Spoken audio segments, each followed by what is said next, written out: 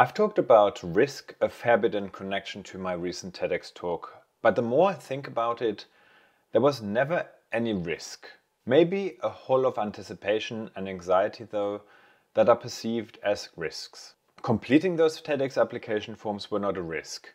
Every time I received a decline, it allowed me to fine-tune my message. I knew that I wanted to do an international TEDx talk outside of the UK and if possible outside of Europe. With the high levels of COVID incidents and travel restrictions at the time, it might be considered a risk, but the truth is I had nothing to lose and everything to gain. I never did a TEDx talk before, so it is a great opportunity to share my idea worth spreading.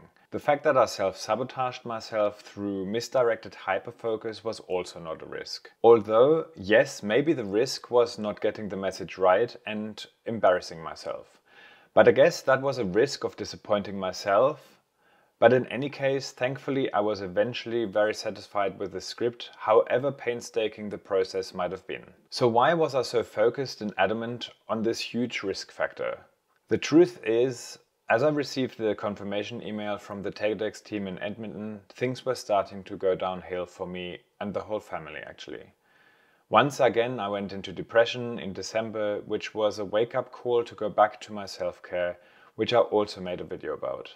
But at the same time, my work started drying up, and with my misdirected hyperfocus and fear of not getting my TEDx script right in time, I felt anxious and like there was no mental capacity left for client acquisition. I simply felt overwhelmed. Due to health issues, my wife stepped down from her executive vice president position that she had worked so hard for, and it devastated her. Whilst I had smaller projects to work on and complete, other larger projects were postponed or even cancelled, leaving a huge deficit in the household budget. But I had my mind made up that giving the talk on that notorious TEDx stage was too big of an opportunity to abandon because of a little lack in finance. Don't judge. This is probably the closest coming to that risk factor, and here's why. Whilst my wife and children were very supportive of my decision to go for it, other members of the family were not as supportive, telling me that if I couldn't afford to go, I should just stop and stay. Any lack of support and such unsupportive comments, especially from people you love, just adds that massive bit of pressure on anyone's shoulders, and I definitely felt it. But there wasn't much I could do about it, and I had a point in some way. So whilst I enjoy the freedom my self-employment has given me, it wasn't a luxury I could afford anymore. I looked for a job and I was lucky enough to getting offered a position for my training to start the 9th of June, one day after I would return from my TEDx talk in Canada. However, this was under the condition that my DBS, which is a criminal record check in the UK, would arrive before leaving to Canada. Obviously, the DBS didn't arrive in time, so that my training and consequently any salary would be delayed by another month. Which sucks from a financial aspect, but it has allowed me to making these videos.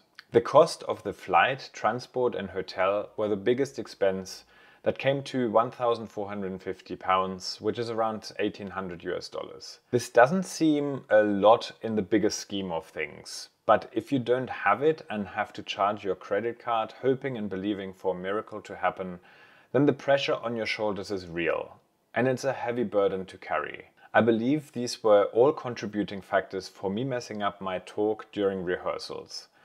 At the same time, there was also the sense of guilt you feel because you don't want your family to struggle at your expense, as it has already happened in the past after losing my father and poor decision making leading to losing my business, as well as the fear of judgment from your family if you fail is always in the back of your mind. I realized that I will probably get a very mixed reaction on this video for my decisions to go for it. On one side, you may probably think how stupid I am for putting myself and especially those I love through this. But maybe there are some of you who are risk takers and dreamers yourself and can resonate with my decision, that were driven by the hope to be able to offer my family a better life and secure future, while offering inspiration and encouragement to my audience through the story that I shared. Either way, I am proud of going through with it and having been able to pull through despite all the resistance. In reality, risk had nothing to do with it.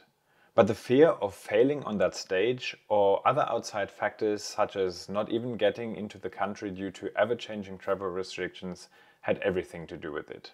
As far as I'm concerned, the experience has already delivered a return on investment for me, as giving the talk, digging deep and keeping resilient to all the outside pressures and circumstances has been transformational. And of course, the added bonus, meeting the inspiring people from the TEDx organizers, a young and dynamic team that made it happen, which in itself I'm sure did not come without its challenges.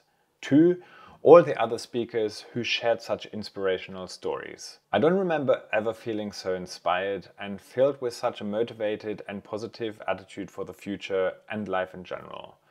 And I want more of that in my life. As for my job, I'm ready for it. But who knows? I still have a little while to go before I start my training, and lives can change from one day to the next. I can tell you this from experience. All I'm saying is that I'm hopeful for the future. I have big dreams and aspirations. I can't help it. I am a dreamer, if you can't already tell, which I feel is my most precious gift, making it so hard. I believe that risk, stepping out of your comfort zone, or whatever else you might want to call it, is vital for our self-development, that with the greatest certainty leads to a more fulfilled and joyful life, irrespective of the size of your bank account. Spending a week in Canada, I discovered a false truth about myself, all to do with my sociability, which in itself was transformational. But that is one for the next episode. Also, I have created this playlist, The Perspective on Life After TEDx, which you can check out here. Hopefully my TEDx talk will also have been published by now, so you can check that out here. Thank you so much for watching, guys. Remember to stay positive and motivated. I am Thor, and I shall see you in the next one.